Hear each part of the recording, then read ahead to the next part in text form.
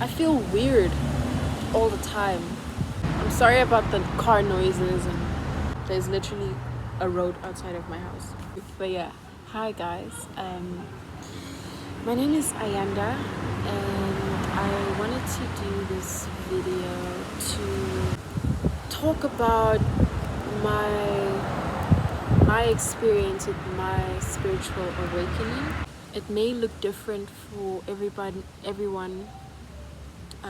who's gone through it, who's still going through it, and who's still going to go through it. So I just want to come here and share my experience, and I just want to really, my whole point is to create a safe space for people to talk about their experiences, because for me, I have always craved a space, a friend, or really just someone to talk with about my experiences. And I just want to encourage anyone, whoever's going through this, to share their experience in the comment section, or just make a video to help someone else. Because I live in South Africa, and there's not a lot of youth like myself, like around my age, like 21 and so forth,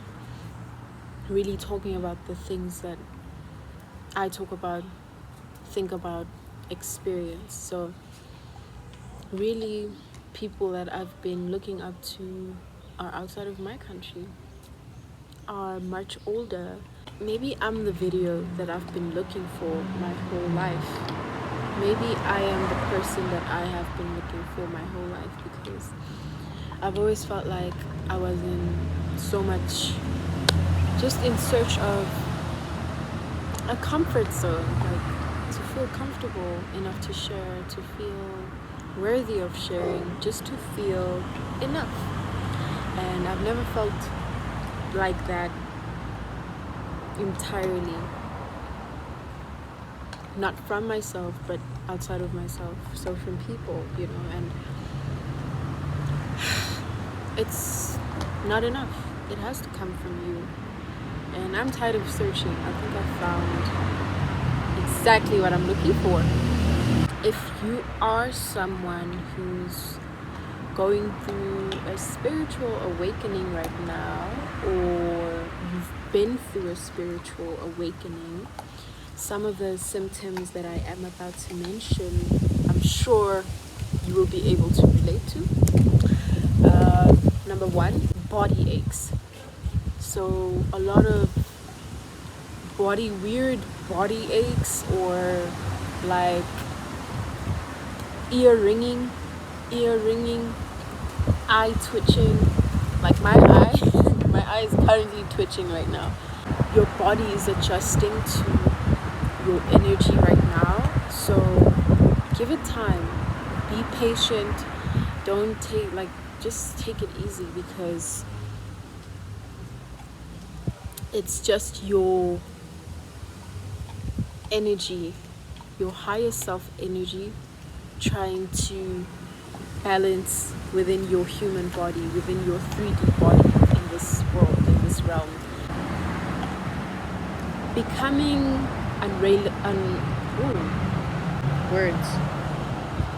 becoming unrelatable. So when you have your spiritual awakening, or when you are going to have your spiritual awakening, you will notice that you don't really relate to people anymore, or people don't relate to you. And it makes sense, because you're shifting from this energy of being asleep to awaken. So obviously things are going to change. You're going to see things differently, hear things differently, feel things differently, everything differently. So just take it easy, because it's supposed to be fun. Kind of sucks too, but it's supposed to be fun. So just take it one day at a time. And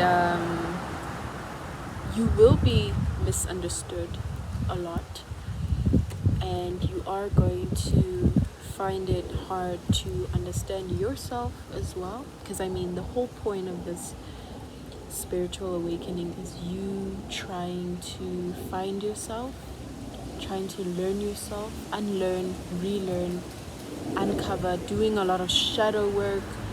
If you don't know what shadow work is, I'll insert a little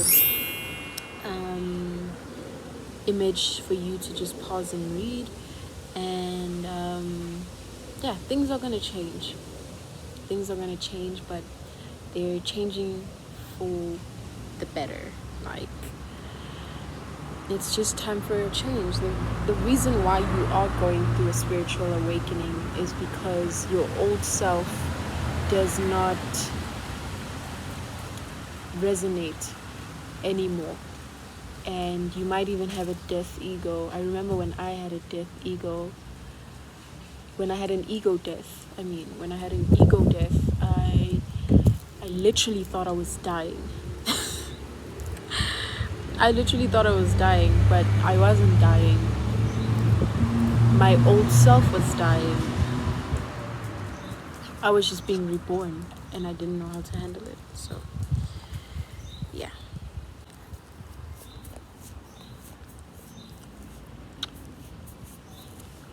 Go. Hamba. I think I should have done a layout for this video because dang on. Guys, I just want you to know that above all, you are going to be okay. You are going to be fine. You are not crazy. That's another thing. When you're having a stop. When you're having a spiritual awakening, it feels like you're losing your mind. But you are not losing your mind. You are simply just shedding your old self, letting go of your old self and becoming the new, being rebirthed. Almost imagine it as if you are being baptized. I don't know if any of you are Christians, but I'm sure even if you're not, you have some knowledge about being baptized in a church.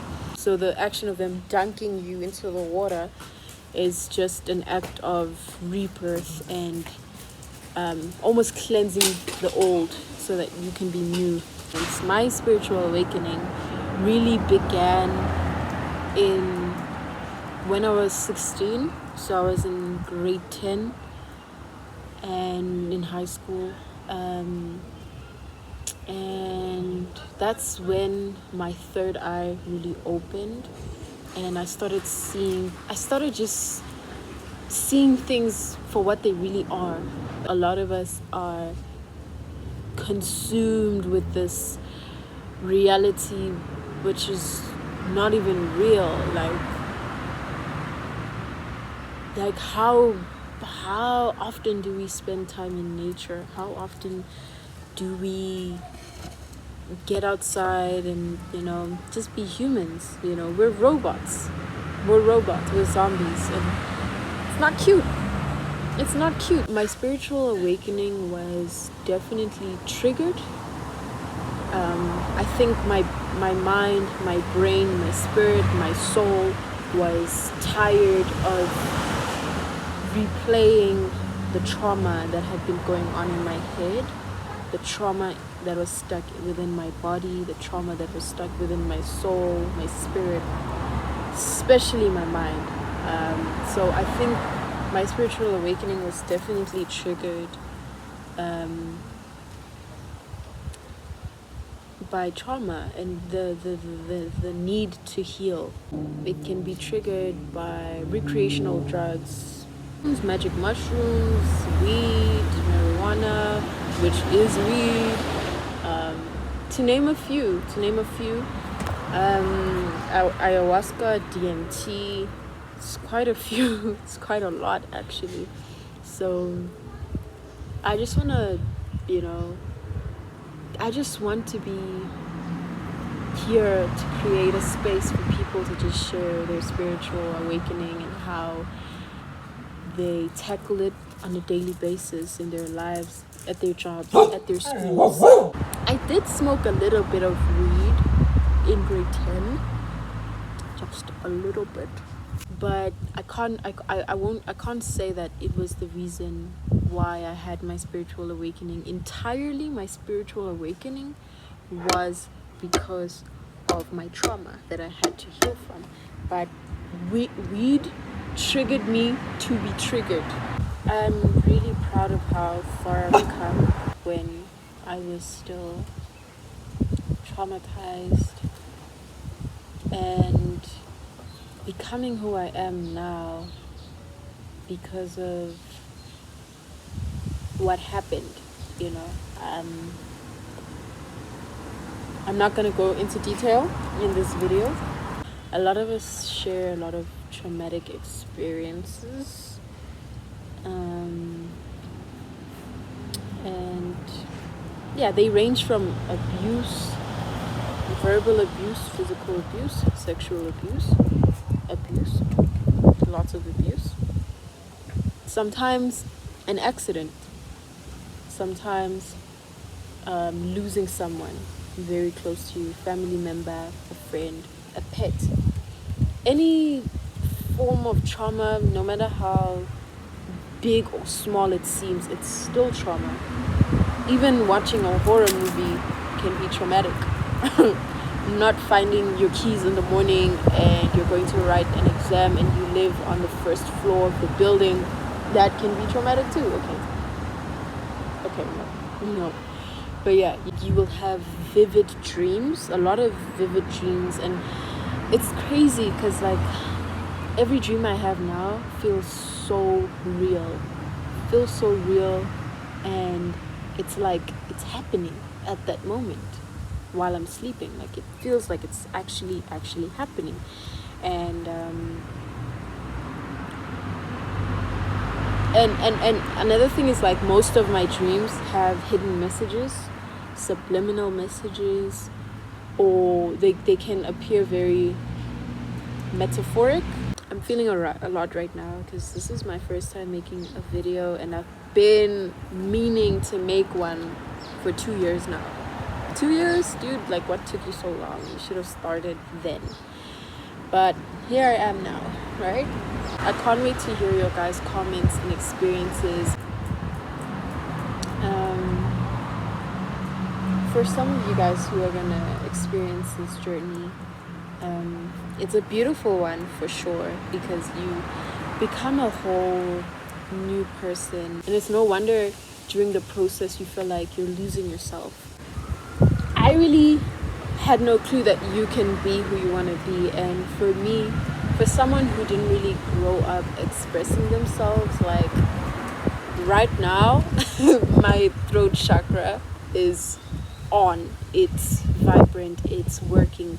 I have never talked this long to anyone before, maybe through a phone call, but in person with this consistency, with this energy, has never happened.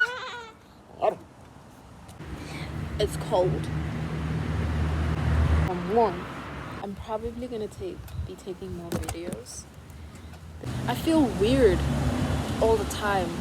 I feel like your spiritual awakening doesn't really end until you transcend, until you die and you transform into your highest self. It's such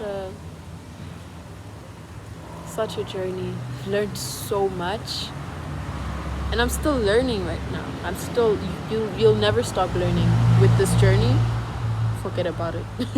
If you think that you're just gonna sit in a yoga position, in a lotus position, and eat mangoes, chanting, lighting incense sticks, candles, and watching nature all day, you think that's it? You're never going to be ready for it. You're never going to be prepared for anything. You have to just take it as it comes. pause, and that's okay. You know, a lot of things are going to change. You're going to have to make a lot of sacrifices for yourself. And really, what I've also learned with my spiritual journey is that it's really a lot of you putting you first. You're going to be put in so many situations where you have to set boundaries, say no. There's just going to be a lot of that, because you're finally realizing who you are, and that nobody can treat you how they want to treat you. They will treat you as you show them how to treat you, really. That's how it is. And that's how it's always going to be. Even with people you're close with, this is not just about strangers. This is not about people you've clashed with in the past. This is about people you are with right now, people you're going to meet, friends you have, current people in your life. You have to set boundaries with them. You have to set boundaries with yourself too, you know. We have a guest in the building. Okay, she just left. Super excited to make another video soon. Anything you guys want me to talk about, if there's anything you are curious about that I can do more research about, just let me know. Comment down below, subscribe, and just remember that you're not on your own. There's so many chosen ones, awakened ones right now who feel so alone. I really look up to and I honor all the older, chosen, awakened indigos, star seeds, you know, all of them. They're just so helpful to see all their videos and for them to share their stories, and you know, it's amazing.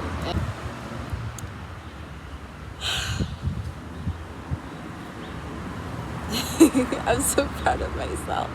I never thought I'd do this. Just remember that the universe is always looking out for you. Your guides, your angels. I don't know if you guys know this, or if you understand that there is always someone watching over you. The God that you believe in, your angels, your ancestors, your loved ones, they're always looking out for you.